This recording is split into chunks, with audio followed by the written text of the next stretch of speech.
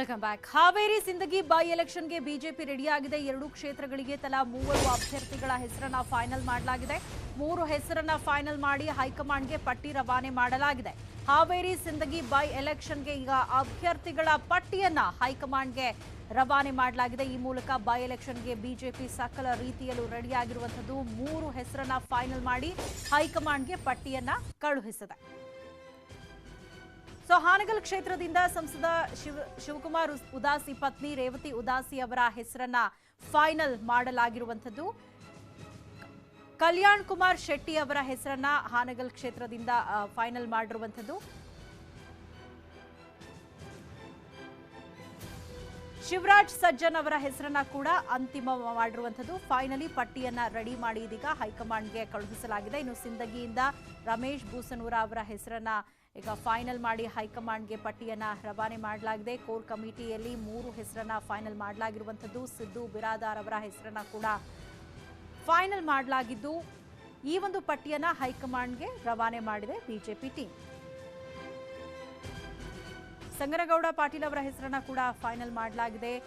ರೇವತಿ ಉದಾಸಿ ಅವರ ಹೆಸರನ್ನ ಕೂಡ ಫೈನಲ್ ಮಾಡಲಾಗಿರುವಂಥದ್ದು. ಹೆಸರುಗಳನ್ನ ಫೈನಲ್ ಮಾಡಿ ಈಗ ಹೈಕಮಾಂಡ್ ಅಂತಿಮ ಮುದ್ರೆಗೆ ಬಿಜೆಪಿ ಟೀಮ್ ಕಳುಹಿಸಿಕೊಟ್ಟಿದೆ. ಸಿಂದಗಿ ಮತ್ತು ಹಾನಗಲ್ಲು 2 ವಿಧಾನಸಭಾ ಕ್ಷೇತ್ರಗಳ ಬಗ್ಗೆ ಇಂಟರ್ನಲ್ ಎಕ್ಸ್ಟರ್ನಲ್ 2 ರಿಪೋರ್ಟು ಭಾರತೀಯ ಜನತಾ ಪಾರ್ಟಿ ಒಳ್ಳೆಯ ರೀತಿಯಲ್ಲಿ ಗೆಲ್ಲುವಂಥ ವಾತಾವರಣ ಇದೆ ಅಂತಕ್ಕಂಥದ್ದು ಇವತ್ತಿನ ಕೋರ್ ಕಮಿಟಿಯಲ್ಲಿ ಚರ್ಚೆಯಾಗಿದೆ. ಹಲವಾರು ಹೆಸರುಗಳು ಅಲ್ಲಿ ಬಂದಿದ್ದಾವೆ. ಹೆಸರುಗಳನ್ನು ಚರ್ಚೆ ಮಾಡಿದ್ದೀವಿ. ಚರ್ಚೆ ಮಾಡಿ ರಾಜ್ಯಾಧ್ಯಕ್ಷರಿಗೆ 3-4 ಹೆಸರುಗಳನ್ನು ಶಾರ್ಟ್ ಲಿಸ್ಟ್ ಮಾಡಿ ಕಳಿಸೋದಕ್ಕೆ ಅವರಿಗೊಂದು ಅಧಿಕಾರವನ್ನು ಪಾರ್ಟಿಯ ಕೋರ್ ಕಮಿಟಿ ಕೊಟ್ಟಿದೆ. ಅವ್ರ ಕೇಂದ್ರಕ್ಕೆ ಕಳಿಸ್ಕೊಡುವಂಥ ಕೆಲಸನ ಅವ್ರು ಮಾಡ್ತಾರೆ. ಯಾರಿಗೆ ಟಿಕೆಟ್ ಕೊಡಬೇಕು ಅನ್ನೋದನ್ನು ಕೇಂದ್ರ ತೀರ್ಮಾನ ಮಾಡುತ್ತೆ. ಇನ್ನು ಸಿಂದಗಿಗೆ ಮಾಜಿ ಡಿಸಿಎಂ ಲಕ್ಷ್ಮಣ್ ಸವದಿ ಅವರನ್ನ ಉಸ್ತುವಾರಿಯನ್ನಾಗಿ ನೇಮಕ ಮಾಡಲಾಗಿದೆ. ಹಾನಗಲ್ ಕ್ಷೇತ್ರಕ್ಕೆ ಸಚಿವ ಬಿಸಿ ಪಾಟೀಲ್ ಉಸ್ತುವಾರಿಯಾಗಿ ನೇಮಕ ಮಾಡಲಾಗಿದೆ. ಉಸ್ತುವಾರಿಗಳ ಲಿಸ್ಟ್ನಿಂದ ವಿಜಯೇಂದ್ರ ಔಟ್ ಆಗಿದ್ದಾರೆ. ಸಭೆಯಲ್ಲಿ ವಿಜಯೇಂದ್ರ ಹೆಸರು ಪ್ರಸ್ತಾಪವೇ ಆಗಲಿಲ್ಲ. ಹೆಸರು ಶಿಫಾರಸು ಬಗ್ಗೆಯೂ ಯಾವುದೇ ನಿರ್ಧಾರ ಇಲ್ಲ. ಬೈ ಎಲೆಕ್ಷನ್ ಸಭೆಯಲ್ಲಿ ಹಾಗಾದ್ರೆ ವಿಜಯೇಂದ್ರ ಅವರು ಸೈಡ್ ಲೈನ್ ಆದ್ರ ನಾವು ಹಿಂದೆ ನಡೆದಂತಹ ಬೈ ಎಲೆಕ್ಷನ್ಗಳಲ್ಲಿ ನೋಡಬಹುದು. ವಿಜಯೇಂದ್ರ ಅವರ ಮುಂದಾಳತ್ವದಲ್ಲಿ ಯಾವ ರೀತಿಯಾಗಿ ಬಿಜೆಪಿ ಜಯಭೇರಿ ಬಾರಿಸಿತ್ತು ಅಂತ.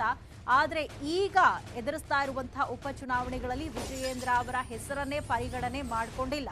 ಸಿಂದಗಿಗೆ ಮಾಜಿ ಡಿಸಿಎಂ ಲಕ್ಷ್ಮಣ್ ಸವದಿ ಅವರಿಗೆ ಉಸ್ತುವಾರಿಯನ್ನ ಕೊಡಲಾಗಿದೆ. ಹಾನಗಲ್ ಕ್ಷೇತ್ರಕ್ಕೆ ಸಚಿವ ಬಿಸಿ ಪಾಟೀಲ್ ಅವರ ಉಸ್ತುವಾರಿಯನ್ನ ಕೊಡಲಾಗಿದೆ. ಉಸ್ತುವಾರಿಗಳ ಲಿಸ್ಟ್ನಿಂದಲೇ ವಿಜಯೇಂದ್ರ ಅವರು ಔಟ್ ಆಗಿದ್ದಾರೆ. ಇನ್ನು ಸಭೆಯಲ್ಲಿ ವಿಜಯೇಂದ್ರ ಅವರ ಹೆಸರನ್ನು ಕೂಡ ಪ್ರಸ್ತಾಪ ಮಾಡಲಾಗಿಲ್ಲ. ಹೆಸರು ಶಿಫಾರಸು ಬಗ್ಗೆಯೂ ಕೂಡ ಯಾವುದೇ ನಿರ್ಧಾರ ಕೈಗೊಳ್ಳಿಲ್ಲ. ಹಾಗಾಗಿ ಬೈ ಎಲೆಕ್ಷನ್ ಸಭೆಯಲ್ಲಿ ಹಾಗಾದ್ರೆ ವಿಜಯೇಂದ್ರ ಅವರು ಸೈಡ್ ಲೈನ್ ಆದ್ರಾ ಅನ್ನುವಂತಹ ಅನುಮಾನಗಳು ವ್ಯಕ್ತವಾಗ್ತಾ ಇದೆ.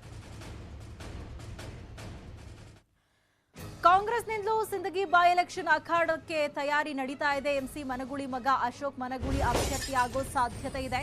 ಸಾಂಪ್ರದಾಯಿಕ ಮತ ಜೊತೆಗೆ ಮುಸ್ಲಿಂ ಮತಗಳ ಮೇಲೆ ಹಿಡಿತ ಸಾಧಿಸಲು ಈ ಒಂದು ಪ್ರಯತ್ನಗಳಾಗ್ತಾ ಇದೆ. ಸಿದ್ದರಾಮಯ್ಯ ಪ್ರಚಾರದ ಮೂಲಕ ಕುರುಬ ಮತಗಳನ್ನ ಸೆಳೆಯೋದಕ್ಕೆ ನಿರ್ಣಯವನ್ನ ಮಾಡಲಾಗಿರುವಂಥದ್ದು. ಪಂಚಮಸಾಲಿ ಮುಸ್ಲಿಂ ಕುರುಬ ಹಾಗೂ ದಲಿತ ಮತವನ್ನ ಸೆಳೆಯೋದಕ್ಕೆ ಹಾಗೆ ಅನುಕಂಪದ ಮತಗಳು ಕೂಡ ಕಾಂಗ್ರೆಸ್ ಪಾಲಾಗೋ ಸಾಧ್ಯತೆ ಇದೆ. ಈ ನಿಟ್ಟಿನಲ್ಲಿ ಎಲ್ಲಾ ರೀತಿಯಾದಂತಹ ಲೆಕ್ಕಾಚಾರಗಳೊಂದಿಗೆ ಅಭ್ಯರ್ಥಿಯನ್ನ ಆಯ್ಕೆ ಮಾಡಲಾಗಿದೆ.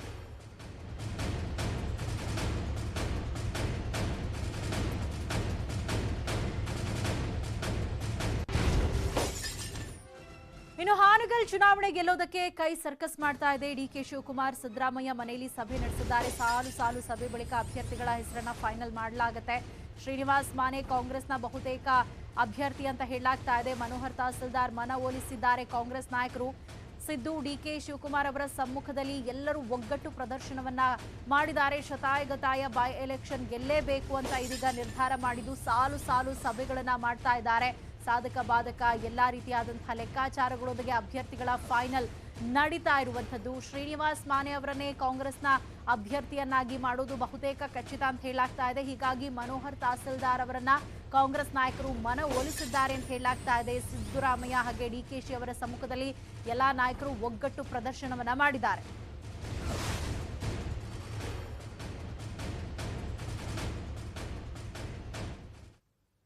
ಮೇಲೆ ಅಪಾರವಾದಂಥ ಮತದಾರರು ನಮ್ಮ ಸಿದ್ಧಾಂತ ಕಾರ್ಯಕ್ರಮಗಳ ಮೇಲೆ ನಂಬಿಕೆ ಇಟ್ಟಿದ್ದಾರೆ. ಅವರ ಹಿತದೃಷ್ಟಿಯಿಂದ BJP ವೈಫಲ್ಯದ ವಿರುದ್ಧವಾಗಿ ಇವತ್ತೇನು ಶಕ್ತಿಯಾಗಿ ಹೊರಹೊಮ್ತಾ ಇದೆ. ಆ ಎಲ್ಲ ರಾಜ್ಯದ ಹಿತದೃಷ್ಟಿಯಿಂದ ನಮ್ಮೆಲ್ಲ ಭಿನ್ನಾಭಿಪ್ರಾಯಗಳನ್ನು ಬದಿಗಿಟ್ಟು ವರಿಷ್ಠರು ಪಕ್ಷ ತಗೊಳ್ಳುವಂಥ ತೀರ್ಮಾನಕ್ಕೆ ನಾವೆಲ್ಲ ಬದ್ಧರಾಗಿ ಒಮ್ಮತದಿಂದ ಎಲ್ಲರೂ ಒಟ್ಟಾಗಿ ಕೆಲಸ ಮಾಡ್ತೀವಿ ಅಂತ ನಿರ್ಧರಿಸಿದ್ದೀವಿ. ನಾವೆಲ್ಲರೂ ಒಗ್ಗಟ್ಟಾಗಿ ಮುಂದೆ ಚುನಾವಣೆಯಲ್ಲಿ ಭಾಗಿಯಾಗ್ತೀವಿ. ಮನೋಹರ್ ತಹಶೀಲ್ದಾರ್ ಇರ್ಬೋದು, ಮಾನೆ ಇರ್ಬೋದು, ಪ್ರಕಾಶ್ ಪಾಟೀಲ್ ಇರ್ಬೋದು, ನಮ್ಮ ಸಾಹೇಬರು ಇರ್ಬೋದು, ಎಲ್ಲರೂ ಅಷ್ಟೇ. ಇಲ್ಲಿ ಪಾರ್ಟಿ ಭಾಳ ಮುಖ್ಯ ಅನ್ನೋದು ಅವರೆಲ್ಲ ಅರಿವಿದೆ. ಬೈ ಎಲೆಕ್ಷನ್ ಇದು, ಎಲ್ಲರೂ ಸೇರಿ ಒಗ್ಗಟ್ಟಿನಿಂದ ಎಲೆಕ್ಷನ್ ಮಾಡ್ತಾರೆ. ಯಾರಿಗೆ ನಾವು ಟಿಕೆಟ್ ಕೊಡಲಿ ಎಲೆಕ್ಷನ್ ಮಾಡ್ತಾರೆ.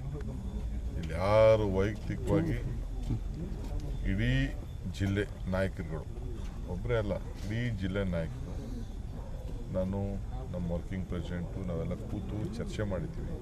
CLP ಎಲ್ಲ ಕುಂಡಿಸ್ಕೊಂಡು ಅವರ ಅಭಿಪ್ರಾಯಗಳೆಲ್ಲ ಕೇಳಿದ್ವಿ. ಒಂದೇನಪ್ಪ ಅಂತಂದರೆ ಎಲ್ಲರೂ ನಮಗೆ ಪೊಲಿಟಿಕಲಿ ಎಲ್ಲರೂ ಅಕೊಮಡೇಟ್ ಮಾಡಬೇಕು ಅನ್ನೋ ಒಂದು ರಿಕ್ವೆಸ್ಟ್ ಇದೆ. ಖಂಡಿತ ಆ ಕೆಲಸ ಮುಂದಕ್ಕೆ ನಾವು ಮಾಡ್ತೀವಿ. ಎಲ್ಲ ಯಾರಿಗೆ ಟಿಕೆಟ್ ಕೊಟ್ಟು ಒಗ್ಗಟ್ಟಾಗಿ ಕೆಲಸ ಮಾಡ್ತೀವಿ. ಬಿಜೆಪಿಯಿಂದ ಶೀಘ್ರವೇ 40 ಜನ ಶಾಸಕರು ಕಾಂಗ್ರೆಸ್ ಸೇರ್ತಾರೆ ಅಂತ ಮಾಜಿ ಶಾಸಕ ರಾಜು ಕಾಗೆ ಹೊಸ ಬಾಂಬ್ ಸಿಡಿಸಿದ್ದಾರೆ. ರಾಜು, ಬಿಜೆಪಿ ಸರ್ಕಾರದಲ್ಲಿ ವೈಮನಸ್ಸು ಉಂಟಾಗಿದೆ, ಒಬ್ಬೊಬ್ಬರಾಗ್ಲಿ ಹೊಂದಾಣಿಕೆ ಇಲ್ಲ ಒಬ್ರಿಗೊಬ್ರಿಗೆ, ಹಾಗಾಗಿ ಕಾಂಗ್ರೆಸ್ ಸೇರ್ಪಡೆ ಆಗಲಿದ್ದಾರೆ ಅಂತ ಹೇಳಿದ್ದಾರೆ. ಹೊಂದಾಣಿಕೆ ಇಲ್ಲದ್ರಿಂದ ಸರ್ಕಾರ ಎಲ್ಲಾ ರಂಗಗಳಲ್ಲೂ ಕೂಡ ವಿಫಲವಾಗಿದೆ. ಶೀಘ್ರದಲ್ಲಿ 40 ಜನ ಶಾಸಕರು ಬಿಜೆಪಿಯನ್ನು ತೊರೆದು ಕಾಂಗ್ರೆಸ್ ಸೇರ್ಪಡೆಯಾಗಲಿದ್ದಾರೆ. ಬೆಳಗಾವಿ ಜಿಲ್ಲೆಯ 2-3 ಶಾಸಕರು ಕಾಂಗ್ರೆಸ್ಗೆ ಬರೋದಕ್ಕೆ ಸಿದ್ಧರಾಗಿದ್ದಾರೆ ಅಂತ ಹೊಸ ಬಾಂಬ್ ಸಿಡಿಸಿದ್ದಾರೆ. ಇವತ್ತು ಬಿಜೆಪಿಯಲ್ಲಿಯೇ 40 ಜನ ಕಾಂಗ್ರೆಸ್ ಬರ್ಲಿಕ್ಕೆ, ನಾನು ಬೆಂಗಳೂರಲ್ಲಿ ಮೊನ್ನೆ ಒಂದು 8 ದಿವಸ ಅಧಿವೇಶನ ನಡೆದಾಗ ಹೋಗಿ ಎಲ್ಲರಿಗೂ ಭೇಟಿಯಾದಾಗ ನಾನು DK ಶಿವಕುಮಾರ್ ಅವ್ರಿಗೆ ಆಗಲಿ, ಸಿದ್ದರಾಮಣ್ಣನಾಗಲಿ ಎಲ್ಲರಿಗೂ ಭೇಟಿ ಕೇಳಿದಾಗ, ನೀ ತಯಾರು ಮಾಡಪ್ಪ, ಎಲ್ಲರೂ ಬೆಂಡ್ ಹತ್ತಿದ್ದು, ಯಾವುದೇ ಪ್ರಶ್ನೆ ನಮ್ಮದು ಬರ್ತೈತೆ, ನನ್ನ ಹೆಲ್ತ್ ಸರಿ ಇಲ್ಲ ಸರ್, ನೋಡೋಣ ಬೇರೆ ಇದ್ರೆ ನಾನು ಈ ಸದ್ದ ಮಾಲಿಯವರಿಗೆ ಒಂದು ಮಾತನ್ನು ಕೊಟ್ಟು ಬಂದಿದ್ದೆ, ನೋಡೋಣ ನಾನು ಮುಂದೆ. ಬಟ್ ಆದರೆ ಯಾರೇ ನಿತ್ರನು ಪಕ್ಷ ಸಂಘಟನೆ ಮಾಡಿ ಅವ್ರು ಆಚೆ ತರುವಂಥ ಜವಾಬ್ದಾರಿ ನಮ್ಮದು. ಇವತ್ತು ಬಿಜೆಪಿಯಲ್ಲಿಯೇ 40 ಜನ. ಇನ್ನು ನಿಮ್ಮ ನ್ಯೂಸ್ 18 ಕನ್ನಡ ಆಪ್ ಮುಖಾಂತರ ಪ್ರತಿದಿನ ಪ್ರಶ್ನೆಗಳನ್ನ ಕೇಳಿ ಉತ್ತರವನ್ನ ಪಡ್ಕೊಳ್ತಾ ಇದೆ. ಅಂತೆಯೇ ಇವತ್ತಿನ ಪ್ರಶ್ನೆ ನೋಡೋದಾದ್ರೆ, ದಸರಾ ಬಳಿಕ 1ರಿಂದ 5ನೇ ತರಗತಿಯನ್ನ ಆರಂಭಿಸಬೇಕಾ ಅನ್ನುವಂಥದ್ದು ಪ್ರಶ್ನೆ.